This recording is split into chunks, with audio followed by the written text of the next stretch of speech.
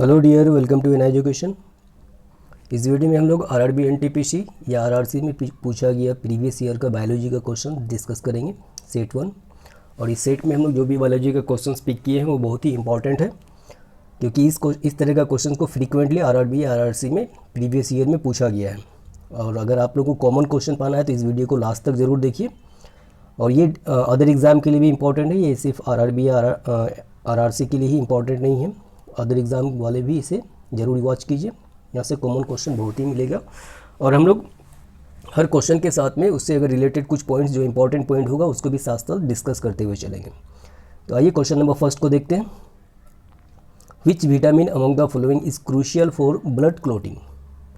Blood clotting के लिए, खून के जमने के लिए इनमें से कौन सा विटामिन क्रूशियल माना जाता है? Option A vitamin B12, option B vitamin D, option C vitamin A या फिर ऑप्शन डी विटामिन ई। हम लोग जानते हैं ब्लड क्लॉटिंग के लिए विटामिन के रिस्पॉन्सिबल होता है, लेकिन यहाँ पे विटामिन के ऑप्शन में दिया हुआ नहीं है। विटामिन B12, विटामिन डी है, विटामिन ए है, विटामिन ई है। तो यहाँ से एक पॉइंट इंपॉर्टेंट पॉइंट जो याद रखने के लिए ज़रूरत है, बगल में दिया हुआ है, इसको देखते हैं, इसे रीड करते हैं। Having low level of vitamin B12। Vitamin B12 अगर लो होता है हमारे शरीर में, might increase the risk of blood clots in when. When में ब्लड क्लॉट का रिस्क बढ़ जाता है। तो इससे पता चला कि ब्लड क्लॉटिंग से विटामिन B12 एसोसिएटेड है। तो हम लोग को यहाँ पे आंसर क्या हो जाएगा? Option A vitamin B12। तो associated vitamin for blood clot, दो विटामिन का नाम हम लोग कर सकते हैं, एक विटामिन के एंड दूसरा विटामिन B12। तो यहाँ पे हम लोग का आंसर है ऑप्शन ए। अगर हो सकता है कि नेक्स्ट टाइम इसका साइंटिफिक नेम अगर दे दे तो साइंटिफिक नेम भी हम बता देते हैं, इसको भी याद रखिएगा। विटामिन B12 का साइंटिफिक नेम होता है सायानोकोबालामीन। सायानोकोबालामीन विटामिन B12 का साइंटिफिक नेम है। एंड विटामिन के का साइंटिफिक नाम होता है फाइलोक्विनोन। विटामिन के का साइंटिफिक नेम फाइलोक्विनोन। ये आरआरबी एनटीपीसी 2016 में ये क्वेश्चन पूछा गया है।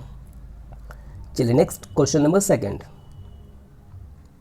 Usually colour blindness is, colour blindness usually क्या है? ऑप्शन ए देख लेते हैं, option A genetic disposition, option B a non genetic condition, option C a lifestyle disease या फिर option D caused by exposure to light. तो colour blindness क्या है? तो कलर ब्लाइंडनेस जनरली ये जेनेटिक कंडीशन से ये डिजीज़ पास्ड आउट होता है from parents two of springs. तो हम लोग का आंसर हो जाएगा यहाँ पे option A. Colour blindness is a genetic disposition. Disposition का मीनिंग यहाँ पे होगा पर्सनस इनहेरेंट क्वालिटीज़। जो कोई भी क्वालिटी जो पर्सन अपने माता पिता से इनहेरेंट करता है उसी को हम लोग डिस्पोजिशन कहेंगे। तो कलर ब्लाइंडनेस भी उसी तरह का बीमारी है जो पेरेंट्स से ट्रांसफ़र होता है, मतलब उसके ऑफ स्प्रिंग में, उनके बच्चों में। तो कलर ब्लाइंडनेस जनरली क्या है? ए जेनेटिक डिस्पोजिशन, ऑप्शन ए। जैसे यहाँ पे हम लोग देख सकते हैं साइड में जो पॉइंट दिया हुआ है, colour blindness is a genetic condition, it is passed down from parents, जो पेरेंट्स से पास्ड होता है। ये भी आरआरबी एनटीपीसी 2016 का क्वेश्चन है। अच्छा, यहाँ से एक पॉइंट और याद रखिए, ये कलर ब्लाइंडनेस लेटर लाइफ में भी अगर पेरेंट्स से पास आउट नहीं हुआ है या पास डाउन नहीं हुआ है तो ये लेटर लाइफ में भी हो सकता है। कलर ब्लाइंडनेस इसका कोज्ड होगा डायबिटीज़ की वजह से भी हो सकता है इन लेटर लाइफ, या फिर विटामिन ए की डिफिशियंसी से भी कलर ब्लाइंडनेस हो सकता है लेटर लाइफ में। ठीक है, तो इसे भी याद रखने की ज़रूरत है। लेकिन जनरली कलर ब्लाइंडनेस होता है पेरेंट्स से पास आउट होता है, लेकिन लेटर लाइफ में ये डायबिटीज़ के कारण या फिर विटामिन ए की डिफिशियंसी से भी हो सकता है। अच्छा, यहाँ पे एक चीज़ और याद रखिएगा, नाइट ब्लाइंडनेस। ये colour blindness and night blindness is different thing. Night blindness ये विटामिन ए की डिफिशियंसी की वजह से होता है, तो इसको याद रखना है। Night blindness is caused by deficiency of vitamin A, और विटामिन ए का साइंटिफिक नेम रेटिनोल होता है। चलिए, ये क्वेश्चन नंबर सेकंड था। इसी तरह का क्वेश्चन देखिए, रिलेटेड क्वेश्चन एक पूछा गया है आरआरबी 2009 में। क्वेश्चन था colour blindness is related to. Colour blindness किससे रिलेटेड है? अभी हम लोग देखें कलर ब्लाइंडनेस हेरिडिटी से रिलेटेड, ये जेनेटिक डिस्पोजिशन है। तो हम लोग का आंसर यहाँ पे हो जाएगा ऑप्शन ए। चलिए next question number 3। The blood pressure of a normal person is, एक नॉर्मल पर्सन का ब्लड प्रेशर कितना होता है? ऑप्शन देख लीजिए ABCD 100/80, 100/90, 80/120 और 90/100। तो ये ब्लड प्रेशर क्या होता है पहले इसके बारे में जानते हैं। ब्लड प्रेशर कहने का मतलब हार्ट जिस वक्त सिकुड़ता है, जिसे हम लोग सिस्टोलिक प्रेशर कहते हैं, तो सिकुड़ने के टाइम में हार्ट पे जो प्रेशर अराइज होता है उसी को हम लोग सिस्टोलिक प्रेशर कहते हैं, और सिस्टोलिक प्रेशर लेस देन 120 होता है। और जब हार्ट फैलता है जिसे हम लोग डायस्टोलिक कहते हैं, तो डायस्टोलिक प्रेशर हार्ट का 80 होता है नॉर्मल। ठीक है, इसी को हम लोग कहते हैं नॉर्मल ब्लड प्रेशर। तो नॉर्मल ब्लड प्रेशर क्या हो जाएगा 120/80 mmHg, और इसे हम लोग स्टेट करते हैं, सिस्टोलिक को पहले लिखते हैं ऊपर में एंड डायस्टोलिक को नीचे लिखते हैं। ये RRB 2009 का क्वेश्चन है। तो इस हिसाब से हम लोग का आंसर क्या हो जाएगा C। यहाँ पे C में थोड़ा सा ऑप्शन उल्टा दिया हुआ है, जबकि यहाँ पे होना चाहिए था 120 को ऊपर रखना चाहिए था एंड 80 को नीचे होना चाहिए था, लेकिन ऑप्शन में थोड़ा सा हो सकता है कि मिस टाइपिंग हुआ होगा। जो भी हो, तो फिर हम लोग का आंसर क्या हो जाएगा, blood pressure of normal person is 120/80। चलिए next question number 4। What is the normal resting heart rate range of adult? Adult में heart rate range resting period में कितना होता है? यहाँ पे ध्यान दीजिएगा, रेस्टिंग पीरियड है, तो रेस्टिंग पीरियड में कितना होता है ऑप्शन देख लेते हैं। 60 to 100, 50 to 80, 120 to 180, 75 to 120। अब ये heart rate range of adult यहाँ पे दिया हुआ बीट पर मिनट। ये बीट पर मिनट क्या होता है? तो बीट कहने का मतलब number of contraction of verticals. Heart में जो एक लोब होता है वर्टिकल में 1 मिनट में जितना कॉन्ट्रैक्शन होता है उसी को हम लोग कहते हैं हार्ट रेट। और रेस्टिंग पीरियड में हार्ट रेट का रेंज 60 to 100 होता है। तो हम लोग का आंसर हो जाएगा 60 to 100 इन रेस्टिंग पीरियड। इसको ध्यान में रखिएगा, ये रेस्टिंग है, नॉर्मल नहीं पूछा है। अगर नॉर्मल कहेगा तो 72 to 75, थोड़ा सा मोर एग्जैक्ट अगर कहना है तो 72 to 75 बीट्स पर मिनट होता है। ठीक है, ये क्वेश्चन RRB NTPC 2016 का क्वेश्चन है। Next question number 5। Which of the following has no blood but breathes? इनमें से किसमें ब्लड नहीं होता है लेकिन वो सांस लेता है, ब्रेथ करता है? ऑप्शन देख लेते हैं, cockroach, earthworm, fish, hydra.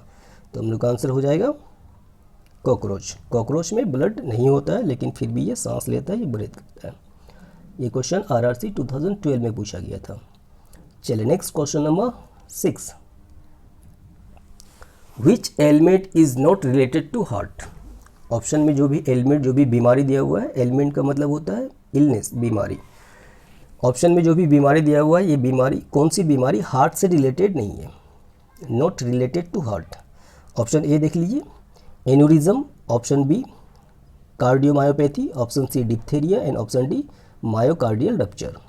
Option से ही पता चल रहा है कि हम लोग का आंसर होना चाहिए ऑप्शन सी, क्योंकि हम लोग जानते हैं कि डिप्थेरिया क्या होता है, एक बैक्टीरियल इन्फेक्शन होता है जो नोज एंड थ्रोट को इफेक्ट करता है। तो diphtheria is an infection of the nose and throat that cause by bacteria. एक बैक्टीरियल इन्फेक्शन डिजीज़ है, ये हार्ट से रिलेटेड नहीं है। तो हम लोग का आंसर क्या हो जाएगा ऑप्शन सी। अदर बीमारी के बारे में अगर हम लोग को देखना है, अगर इसे, तो इसको थोड़ा सा हम लोग देख सकते हैं। जैसे एन्यूरिज्म, एन्यूरिज्म कौन सा बीमारी, किस बीमारी को एन्यूरिज्म कहते हैं?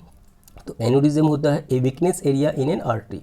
हार्ट में जो आर्टरी होता है, आर्टरी में अगर कोई वीकनेस हो जाता है उस बीमारी को हम लोग एन्यूरिज्म कहते हैं। नेक्स्ट दूसरा बीमारी ऑप्शन में दिया हुआ था कार्डियोमायोपैथी। कार्डियोमायोपैथी होता है एक डिजीज़ होता है जो हार्ट मसल्स में होता है, ये डिजीज़ ऑफ हार्ट मसल्स। ठीक है, दूसरा था ऑप्शन में myocardial rupture. Myocardial rupture heart muscles में जब ब्लड का ब्लॉकेज हो जाता है, ब्लड फ्लो में ब्लॉकेज हो जाता है और जिसकी वजह से हार्ट अटैक का रिस्क बहुत ज़्यादा बढ़ जाता है, उस बीमारी को मायोकार्डियल रप्चर कहते हैं। A blockage of blood flow to the heart muscle. ठीक है, और डिप्थेरिया जैसे कि अभी बता दी ये बैक्टीरियल इन्फेक्शन है, तो ये हार्ट से रिलेटेड नहीं है। तो हम लोग का आंसर हो जाएगा ऑप्शन सी। ये RRB NTPC 2016 का क्वेश्चन था।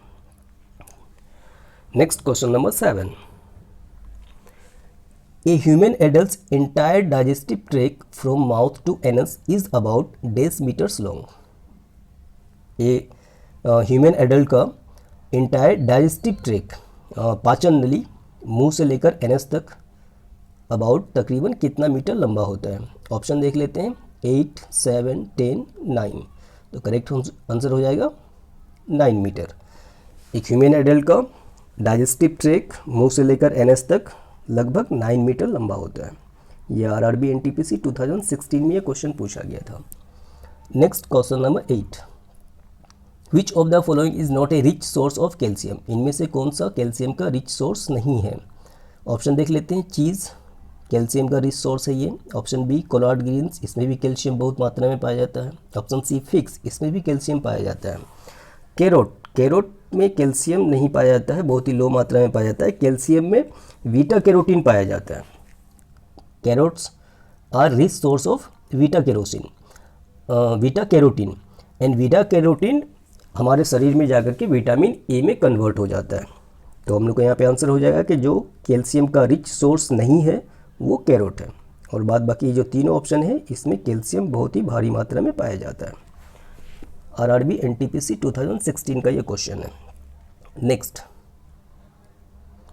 Number 9, which of these essential to keep bone strong in body. इनमें से कौन सा बॉडी में बोन को स्ट्रॉन्ग रखता है। Iodine, zinc, fats, calcium. हम लोग जानते हैं बोन्स एंड टीथ के लिए कैल्शियम बहुत ही ज़रूरी होता है, तो हम लोग का आंसर कैल्शियम हो जाएगा। बहुत ही सिंपल क्वेश्चन था, आरआरबी 2015 का ये क्वेश्चन है। Next question number 10, ribosomes main activity is. Ribosome का मेन एक्टिविटी क्या है। राइबोसोम हम लोग जानते हैं एक सेल ऑर्गेनल है। सेल ऑर्गेनल का फंक्शन क्या है या उसका मेन एक्टिविटी क्या है। ऑप्शन देख लेते हैं, regulate cell division, regulate cell function, protein synthesis, secretion of hormones. तो राइबोसोम का प्राइम फंक्शन या प्राइम एक्टिविटी या मेन फंक्शन होता है प्रोटीन सिंथेसिस। ये प्रोटीन को सिंथेसिस करता है, तो हम लोग का आंसर हो जाएगा ऑप्शन सी। और इसी वजह से राइबोसोम को प्रोटीन फैक्ट्री ऑफ सेल भी कहा जाता है, क्योंकि ये प्रोटीन को सिंथेसिस करता है। नोट पे देख सकते हैं पॉइंट में, ribosome is known as protein factory of cell.